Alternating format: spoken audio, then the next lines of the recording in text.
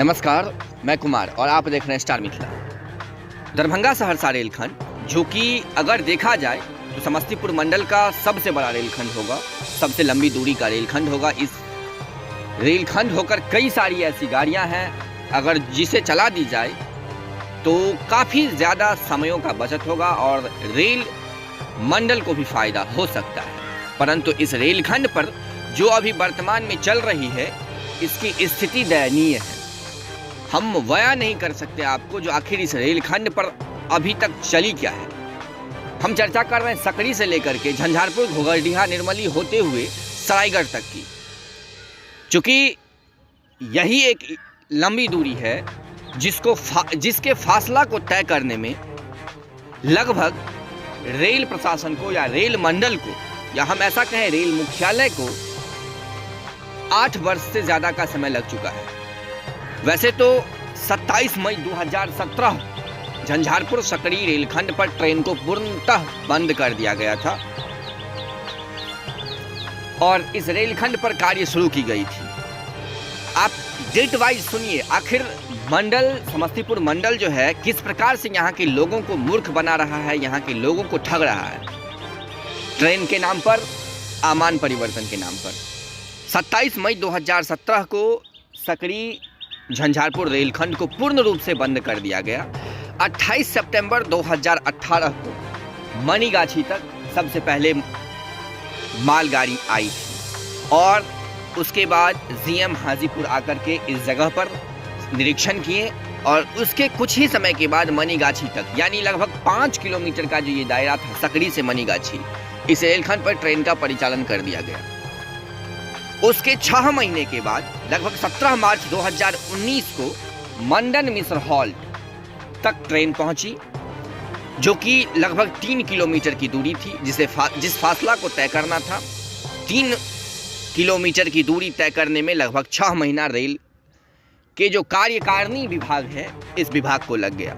फिर सीआरएस हुई और इस रेलखंड पर मंडल मिश्र हॉल तक ट्रेन का परिचालन हो गया। फिर 3 दिसंबर 2019 को झंझारपुर तक सीआरएस की गई और 4 दिसंबर से लगभग 2019 में ही इस रेलखंड पर भी ट्रेन का परिचालन कर दिया गया। ये सकड़ी से झंझारपुर का जो कुल दूरी है रेलखंड का, ये 19 किलोमीटर का है। इस 19 किलोमीटर के दूरी को तय करने में रेलवे को लगभग 2.5 साल लग गया। इसके बाद 28 मार्च 2020 तक इस रेलखंड पर ट्रेन दौड़ी और इसी बीच 28 मार्च को लॉकडाउन का घोषणा हो गया और ट्रेनें जस की तस हो गई। इसके बाद बिहार ही नहीं, मिथिला क्षेत्र ही नहीं, भारत के अन्य क्षेत्रों में भी ट्रेन का परिचालन रोक दिया गया। 6 मार्च, उससे पहले 6 मार्च को झंझारपुर से लेकर के तमुरिया तक 6 मार्च 2020 को सीआरएस इंस्पेक्शन किया गया और उम्मीद था जो इसी बीच 6 मार्च के बाद लगभग 10 से 15 दिनों में इसी ट्रेन को बढ़ाकर तमुरिया तक कर दिया जाएगा, जो कि कुल 8 से 9 किलोमीटर की दूरी थी झंझारपुर से। परंतु ऐसा किया नहीं गया और कार्य जो है जस का तस छोड़ दिया गया।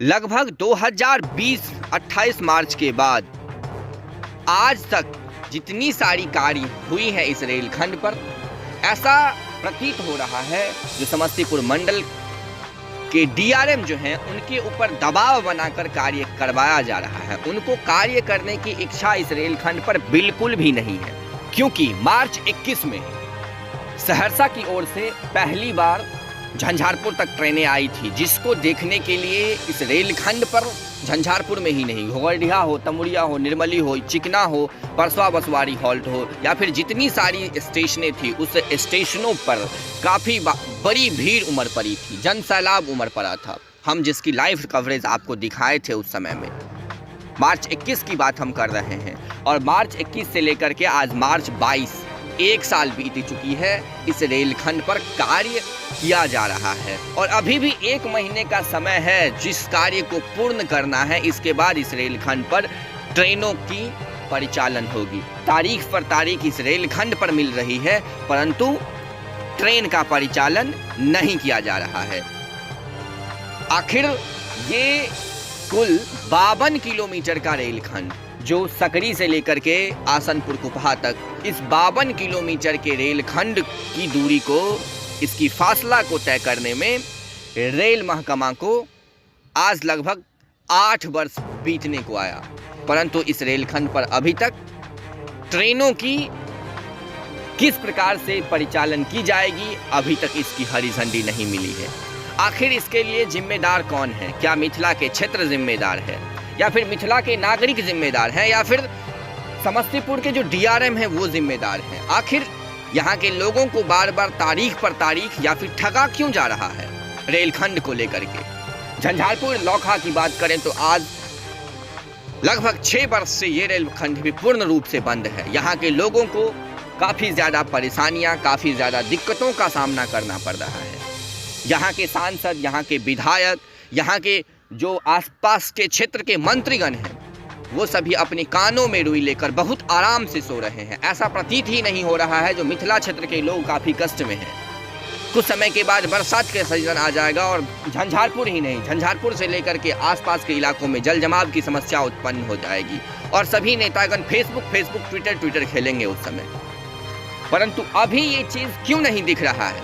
क्या बिहार में कोई इलेक्शन नहीं? इसलिए काफ़ी शर्मनाक बात है। जब रेलखंड पूर्ण रूप से बनकर तैयार है, जब एक स्टेशन को रेलखंड तैयार करती जा रही थी और ट्रेन परिचालन करती जा रही थी उस रेलखंड पर, तो आखिर इतनी लंबी की दूरी जब आज बनकर तैयार है, तो आखिर इस रेलखंड पर ट्रेन परिचालन को लेकर के क्या समस्या आ रही है? कल CCRS का रिपोर्ट आया, जिस रिपोर्ट में 100 किलोमीटर प्रति घंटे की रफ्तार से ट्रेन दौड़ाने की बात की गई।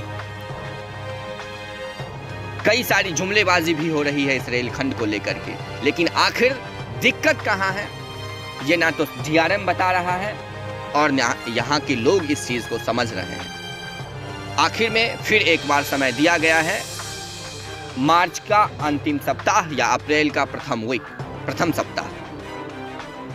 उम्मीद है जो मार्च के अंतिम सप्ताह में ट्रेनें चलेगी।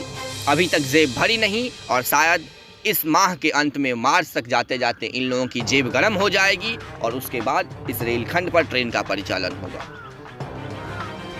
काफ़ी शर्म की बात है मिथिला क्षेत्र के लिए, जो आखिर इस प्रकार से यहाँ के लोगों को ठगा जा रहा है। देखते रहें स्टार मिथिला। जैसे कुछ अपडेट मिलेगा झंझारपुर निर्मली या फिर झंझारपुर लौखा बाजार रेलखंड को लेकर के, हम आप तक पहुंचाने की कोशिश करेंगे। धन्यवाद।